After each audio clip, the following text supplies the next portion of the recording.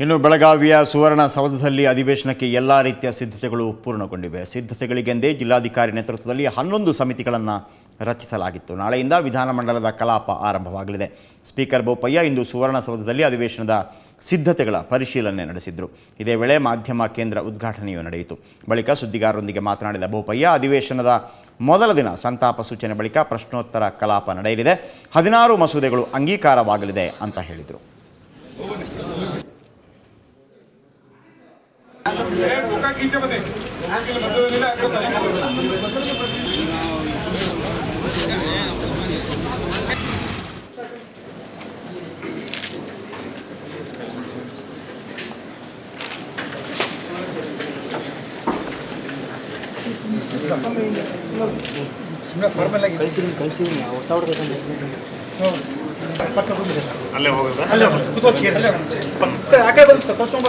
ಅವರ ನೇತೃತ್ವದಲ್ಲೇ ಇದೆ. ಹಾಗೆ ವಸತಿ ಸಮಿತಿ, ಸಾರಿಗೆ ಸಮಿತಿ